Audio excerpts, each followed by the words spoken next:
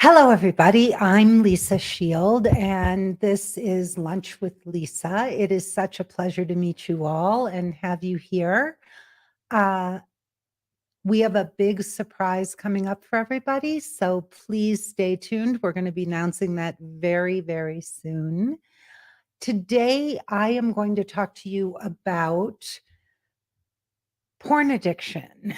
And I know that's kind of a strange subject to be doing this on, but it actually shows up a lot in relationships. I used to coach many men, women, and couples before I created the course that I teach now. Give me 1 second.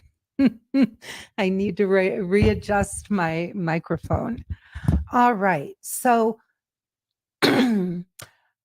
I used to coach for 14 years women, single men, and couples. And one of the things I encountered was a great deal of porn addiction. And this was actually a question that was sent in by a listener. So we thought that we would address it because it's something that I really did encounter quite a lot of.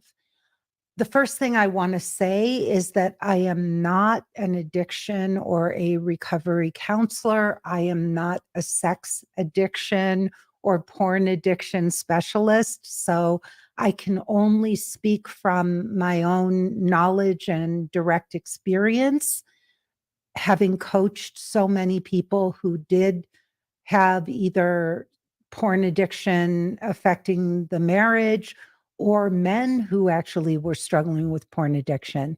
So, the first thing that I will tell you is I would refer many of these couples or many of these individuals to some place called the Center for Healthy Sex. And this is in Los Angeles. It is a wonderful facility. They teach porn and sex addiction recovery classes. I think they do whole 10-day in-person events.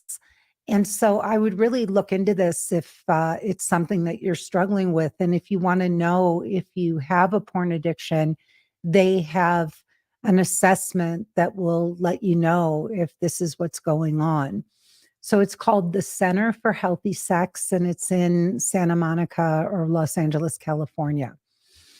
So I want to read something about addiction that I read online the other day, and it's from Medical News Today. And I think that this really describes what an addiction is. Many people who have never dated an addict or been in relationship with an addict, people who don't have addiction in their family backgrounds do not really understand that you just don't stop watching porn. You just don't stop smoking cigarettes. It's not like a person with a food addiction can just stop eating and start moderating her food just because she knows it's wrong and it's hurting her.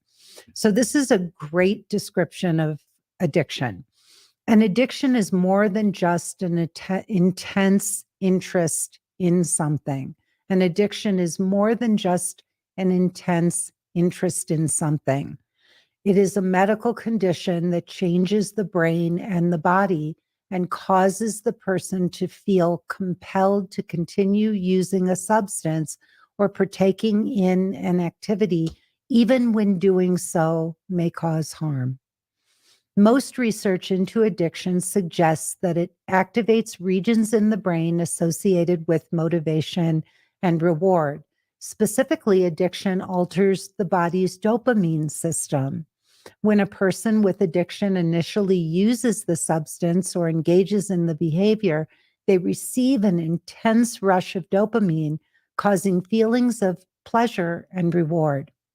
Over time, their body may produce less dopamine and rely on the substance or behavior to feel the dopamine rush. Sex can be a highly rewarding behavior in terms of dopamine. Using pornography may also activate the dopamine system, potentially leading to addiction. Addiction affects other aspects of the brain as well, steadily changing it and making it increasingly difficult for the person to avoid the addictive substance or behavior. So, addiction isn't something that you just turn on and off at will. It's not something that a person can just say, okay, I'm not going to do this anymore and quit. Some people, in rare instances, can go cold turkey and just give up an addiction. But even when they do that, you have what are called dry drunks, or people who stop the addiction but don't address the underlying causes for why they were drinking in the first place, or using drugs, or gambling, or watching porn. And so, whatever it is that was going on is still there. And very, very, very often, addiction can be like whack a mole. When you beat it down in one place, it comes up in another. So you may have an addict, an alcoholic who stops drinking, but then starts gambling or becomes a smoker or starts overeating. There's all kinds of ways that addictions can shift around because the nature of the person is that they have an addictive behavior. So they can become addicted to video games and all kinds of things. I want to put it out there that I think 12-step programs are life-changing or can be life-changing. I know there's a lot of stigma around people who, from the outside, who don't go to a 12-step program, who have never been, who have lots of judgments and make up different belief systems around what 12-step programs are about. And I will say that despite all the other ways that people have thought to treat addiction, excuse me, in many ways, uh, nothing has come along to replace 12-step programs, at least not so far. Um, It is very, very, very hard to get sober, to get off of drugs or alcohol, or stop gambling or watching porn, or stop using sex as a way of pushing your feelings away, not having to look at your life. And addiction is a way of not facing life on life's terms, not wanting to look at life, because addicts are afraid to deal with the day-to-day, mundane, fearful things that come up in the course of a life. And so they use drugs, alcohol, gambling, workaholism, anything they can find to distract themselves from what's really going on inside of them. So 12-step programs are basically spiritual programs. That's what they are. They take the 12 steps and 12 traditions, and they use the big book as their Bible. And it's kind of a modification of Catholicism. You have your fourth step where you do your inventory. And then I believe your fifth step is where you read it to your sponsor or to somebody impartial who will help you divest yourself, come clean and listen to your sins in the way that a priest would if you were Catholic, right?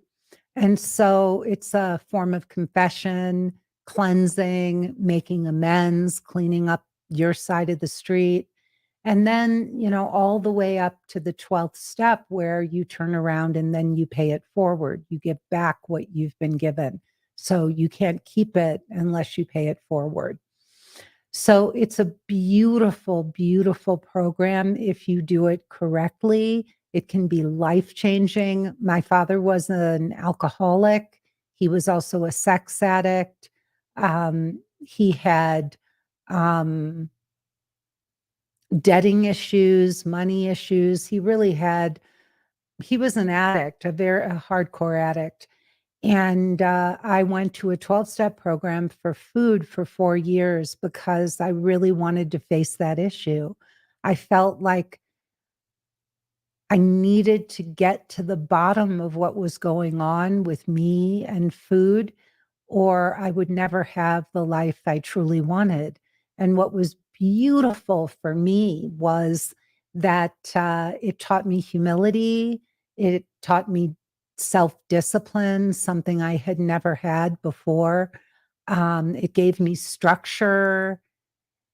It kept me honest. It made me accountable. There were so many things disciplines I was lacking in my life that I never seemed to get before I went to a 12-step program. And I really do have to say that it opened up my eyes. It helped me become the person that I am today. It helped me become an adult. And I don't think I would have ever attracted my husband if I hadn't gone through that program. I was not in OA, Overeaters Anonymous. I did a program called CEA How. It's Compulsive Eaters Anonymous, and the How stands for Honest, Open, and Willing. And I met some of the most courageous, loving, giving people I've ever met in my life in that program. I decided when I met my husband, because I had to weigh and measure my food every single day, I had to call my sponsor and tell her what I was going to eat. I had to go to 3 meetings religiously every week. And I had to make 3 outreach calls to other people in the program. And it was so all consuming that there came a point where I just couldn't do it anymore. But I can tell you that in a lot of ways, I was never happier. I never felt more complete than I did when I was in CEA How. So, having said all of that, let's talk about porn addiction because it is a very specific kind of addiction. And some of what I'm about to say is stuff that some of you may not want to hear. Women often do not want to hear about how men are different when it comes to sex than we are. So men really do think about sex all day throughout the day. There are many, many, many visual stimulations and distractions, things that make them think about having sex and that will trigger that response in a man. And those images are all over. If you walk around, I remember when I was in Los Angeles, when I lived there, and there were billboards of half naked women in lingerie, all the Guess ads. There were, I wish I could think of some of the names right now, but these sexy, huge billboards of women staring down. And I can only imagine, knowing what I know about men, what it would be like for a lot of men to walk by and see those Carl's Jr. ads or those Victoria's Secret ads. It would really be distracting for them. And especially for younger men who are so hormonal, they're probably walking around feeling stimulated or having to suppress those feelings all the time. And one of the worst things is for men who are addicted to porn, it's everywhere. They can't get away from it. So they walk out of their door and there's women with short skirts and high heels and low cut blouses and billboards and images everywhere they look. And they're being bombarded with this. So a lot of men have to get, if they're porn addicts, have to get off their computers and not watch television or anything that will put those images in front of them and trigger those responses. It's really, really challenging for them. Something that I think most women wouldn't understand. And I'm going to put an asterisk here. There are women who are addicted to porn, but it is a much, much, much, much lower percentage of women. And there are many women who look at porn. So don't think that women aren't into it as well. They are. But there are fewer female porn addicts than male porn addicts. One of the problems with porn and men is that men, by and large, don't see anything wrong with watching it, and they shouldn't. If that's what they want to do, that's what they want to do. Uh, I explain it to my clients like this. You may love having steak every day, but every once in a while you want, a pork chop or a piece of fish or mac and cheese. So even if you really love a woman and you love being with her, there's something lovely about variety. It's just how the human brain works.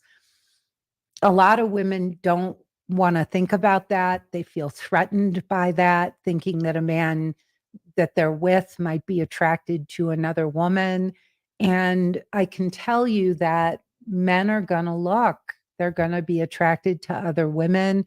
They're going to, most great, good guys, are going to control that when they're with you.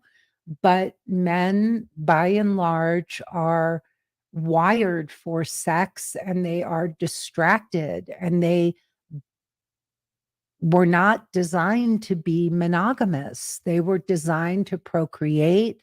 They were designed to have as many children as they could to, keep their race, their lineage alive. And so that's what it was like back in the day. And a lot of times women didn't even know who the father of their child was. They just, women got pregnant and they didn't even know who the father of the child was. And that's why early man lived in communities. They lived in tribes, and the whole community took responsibility for raising all of the children, and it was done in more of a communal way. It's only in more recent times that we have the nuclear family and we've evolved into this husband, wife, one person this couple paradigm that we have today. But it wasn't always like that. And you're looking for a man who will be respectful and a man who understands how to honor your boundaries around monogamy and sex and partnership and all. But it is important to understand that it's often very hard for men to give up their sexual freedom. So other men know that their friends all look at porn and they don't think there's anything wrong with it. The problem is when it becomes an obsession. What a lot of women don't realize as well is that there are many men who aren't getting sex. They're not good at picking up women. They're not good at relationships. They may be very shy. And so, again, some of those men turn to porn to fill that need, and then they can become addicted to it. Porn is, as I said a little earlier, its own classification of addiction because with many other addictions, usually it's something that will follow, it's hereditary and it follows through family systems, just like my father was an alcoholic, my mother was a rageaholic, or what a rageaholic is really codependency in the extreme. Codependency is an addiction. It is a people addiction, an addiction to people pleasing and trying to control other people. So codependents and alcoholics usually go together. It followed in my family lineage. I know my grandfather, my father's father, was also an addict. Excuse me. So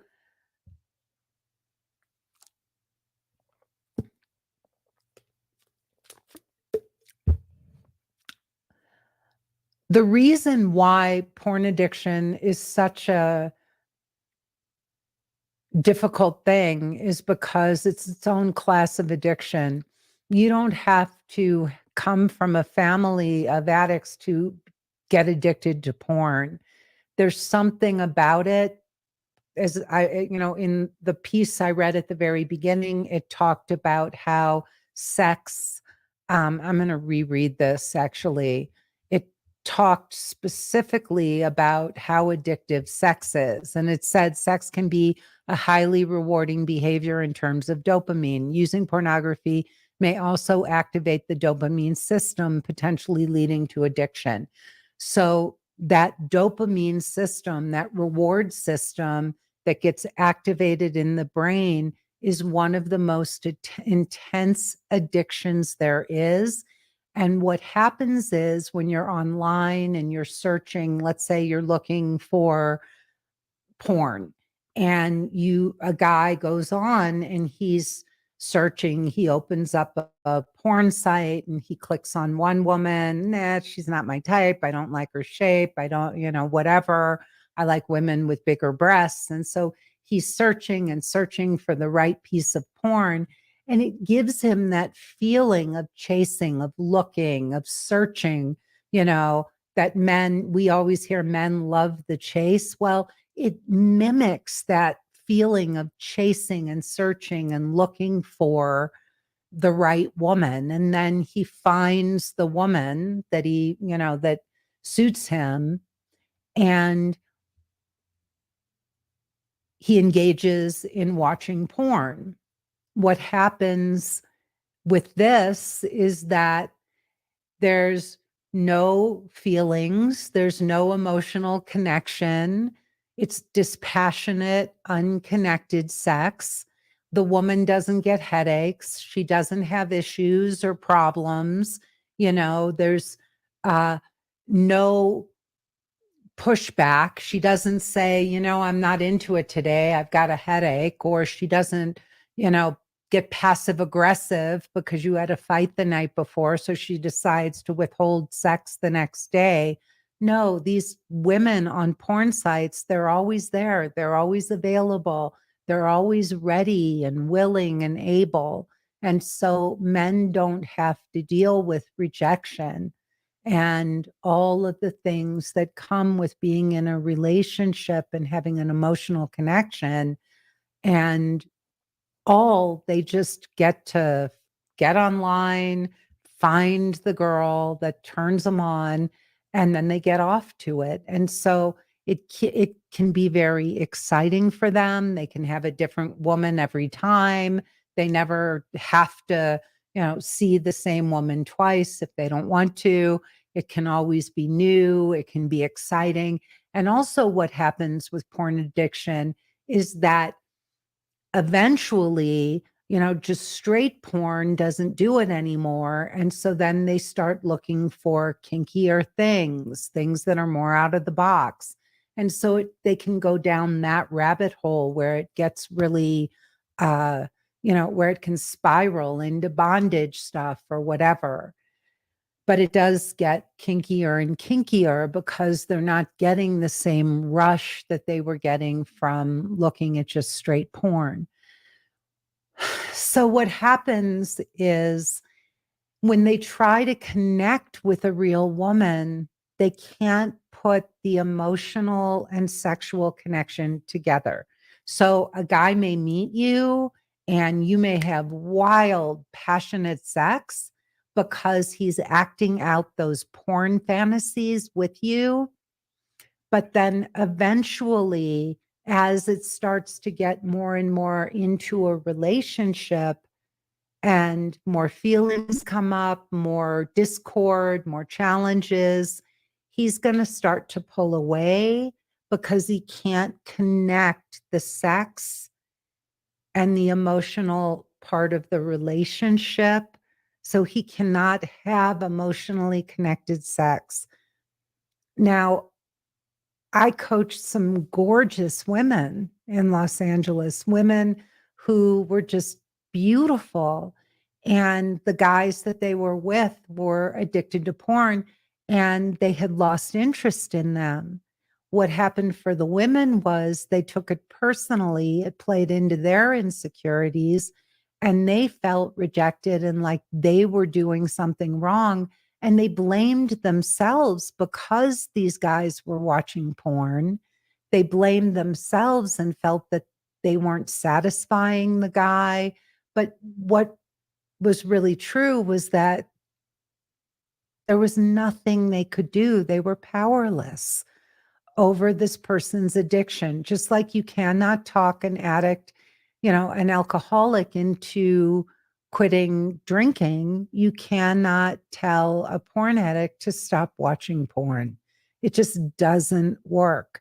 And there were a couple of instances, one where the woman in the couple came home and she saw that her husband had taken all the photographs of the two of them and turned them upside down so he could watch porn and he didn't have to look at the photos of the two of them and look at her. Another guy put post-it notes over his girlfriend's picture and she came home. He forgot to take the post-its off and she came home and saw all the post-it notes up there and it was heartbreaking for her. So what do you do when you meet a porn addict or when you find out that somebody that you're, whoops, let's let that ring.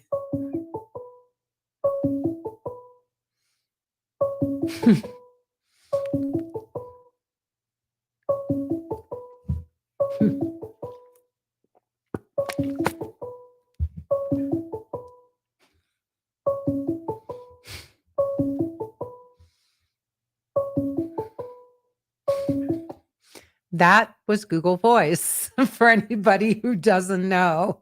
We will be cutting that out of the final version. So, what often happens, and I'm more than happy to answer any questions if any of you have any questions that you'd like for me to ask on this subject, but what do you do if somebody you've met is involved with porn? The first thing I would tell you is if it's the early stages of a relationship and you really do feel that this person may be a porn addict, get out. Just get out. Do not stay in the relationship. You're never going to get anywhere. And the hardest thing to learn about addicts and addiction is to walk away. So, in the very, very early stages of a relationship, if you suspect it, for any reason that somebody could be an alcoholic, could be a drug addict, could be a porn addict, get out of that relationship. It will only lead to heartache. So that's the first thing. Now, if you're already in a relationship with somebody who you find out is a porn addict, and this is somebody you really love and care about, that person needs to get into treatment. If he doesn't, again, it's going to be a lose-lose situation. Not only will it, not ever change, but what's going to happen is you're going to drive yourself crazy trying to convince him to get help, and it's never going to work. It will never, ever, ever work. So you want to be very careful because if they're not willing to get help, if they're not really going to actively address the issue, you're SOL because you are powerless over an addiction. I remember after I had left my husband and I was dating and all, and I was seeing a guy who was very, very sweet. I don't think he was going to be my long-term guy, but we were dating and I enjoyed his company. And one night he got drunk and he literally did a Dr. Jekyll and Mr. Hyde. And that was the end of the relationship for me. I was done. He became mean and, just violent. It was like a whole different person. Literally, he went from being the sweetest guy to being a monster. And that was it. And the next day he came back and he said, I'll go to a 12-step program. I'll get help, whatever. And I just looked at him and I said, I get it. You should get help. You should go to a 12-step program, but I'm not going to go down that road with you. I've been down that road. I know where it leads and I don't need to do that again. I've done that. You need to do that. And it's a long journey, and it's not one that I'm willing to sign up for. So I ended the relationship right then and there. It was over. And I was so proud of myself for doing it.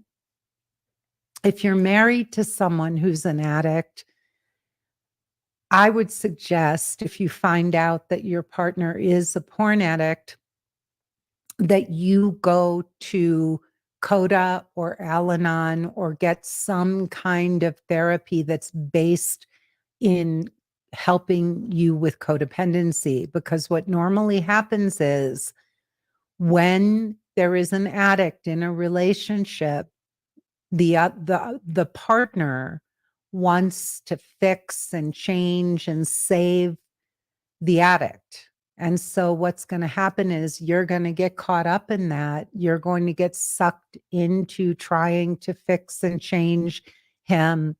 And all you're going to do is lose yourself. So please, please, please. Yeah. One of our listeners said, amen, too much time you can't get back. So absolutely, you will never get that time back. I really do think that if you do get involved with an addict, the only way you're going to survive is if you get the skills, if you, especially if you have children and you find out your husband's a porn addict or an addict of any kind, you really do want to go to Al Anon or Coda or some program or therapy that can help you with your own codependency if you're going to stay in the relationship. It's the only way you'll be able to do that in a healthy way.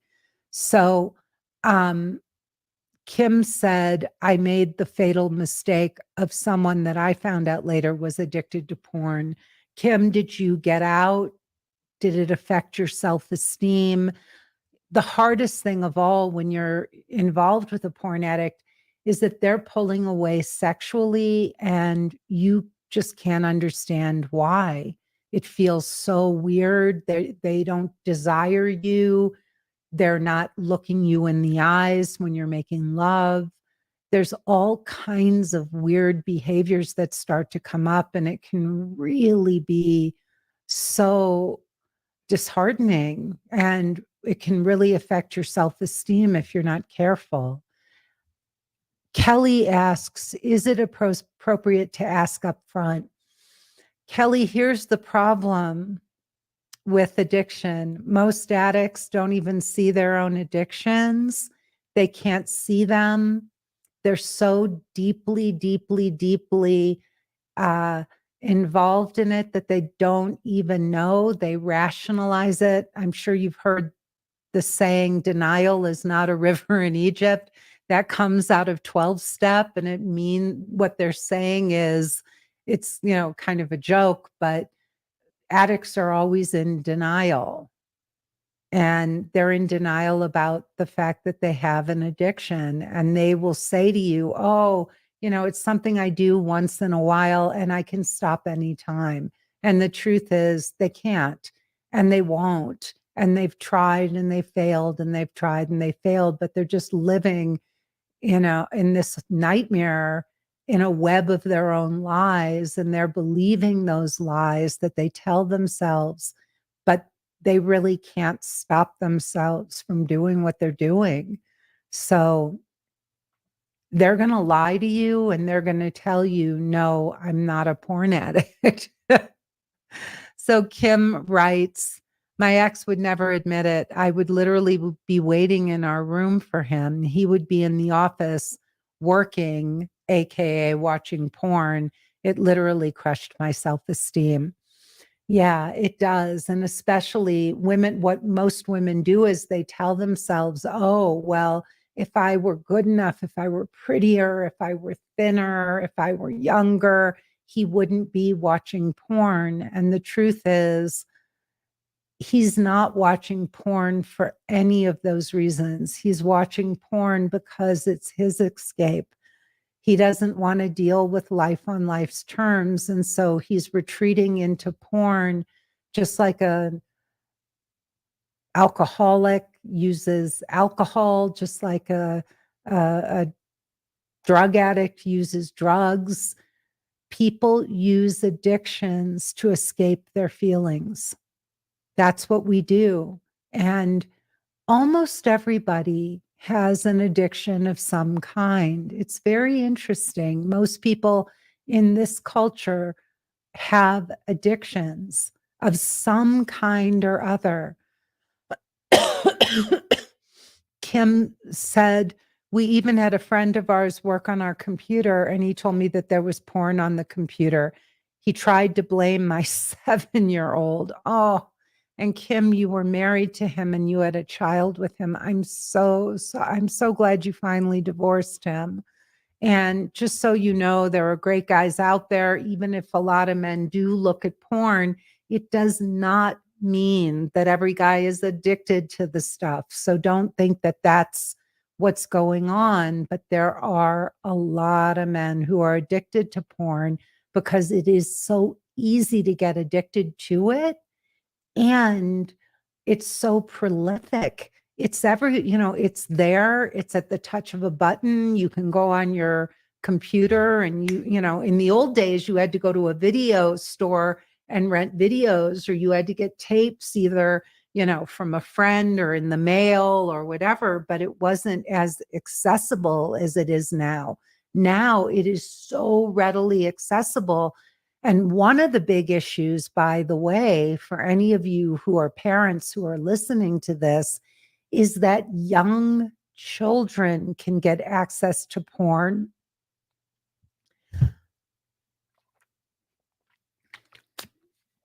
They find out about it from their friends. And if they watch it, their brains are very young and very impressionable. And so you have to be very careful to guard your kids against this stuff, because it is easy for them to find it, and it can affect them from a very, very, very early age. So that's another just cautionary tale for any of you who are mothers with young children. You absolutely want to be careful and watch out and not let your young children get access to porn on your television or your computer.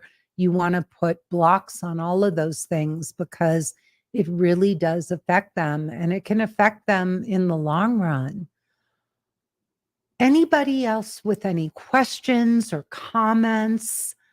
Kim says, we didn't have children together. I was widowed and have twice young children. Okay. I was able to divorce him and now we have no contact. That's fantastic, Kim. That's really, really, really great. Wonderful. All right. Well, I don't see any more questions. So I hope that this subject was interesting for some of you. I'll give you just very quickly, like 6 warning signs that your partner has an addiction to porn. So the first one is your partner has become more withdrawn. So maybe he's used to be very socially active, and now he starts making excuses not to do things with you or with friends. And he seems to spend a lot of time online, or he's spending a lot of time alone. He may have a porn obsession. Another sign is that he spends an excessive amount of time online. So people who have sex addictions often use the internet to watch porn, right? And so the other thing is, if he's up late at night in his office, he could be watching porn when you're in bed. So these are things to pay attention to. The third thing is your partner seems emotionally absent from the relationship. And this is most notable during sex. So what happens is, even when you're together physically, he seems mentally to be somewhere else. And you're feeling less fulfilled and less connected as a result of that. A fourth sign is that your partner has become increasingly critical of your body or your overall appearance, right? So porn stars usually have great bodies. And a lot of times those bodies have been surgically enhanced. They're also very young. And the more time your partner spends looking at porn, the more he might start to compare you to the actors and the models that he's been looking at. And you can't compete with that, right? Your partner's interest in sex will significantly dwindle. And if you do have sex, it's usually at your invitation. Also, during sex, your partner doesn't really seem to be into it. He's not giving a lot in return. He's just kind of going through the motions, right? And his level of arousal is much lower than it used to be. A third or a fifth way that you might know that your partner has a sex addiction is that his sexual tastes will change. So maybe in the beginning of your relationship, you were sexually compatible, but now you feel like you're with someone different, like he wants to do kinky, unusual things which you aren't comfortable with. He's talking differently, he's acting differently whenever you have sex. He's rougher, he's more demanding sexually, and you feel like you're being treated like an object. That is another sign that your partner may be addicted to porn. And finally, and this is what I was talking about earlier, that addicts lie. The sixth is he's evasive, he's lying, he can be secretive or defensive. So the reason for that is because he's carrying a lot of shame and he's pulling away, and it's hurting your relationship because he's not being honest with you and he starts to shut you out.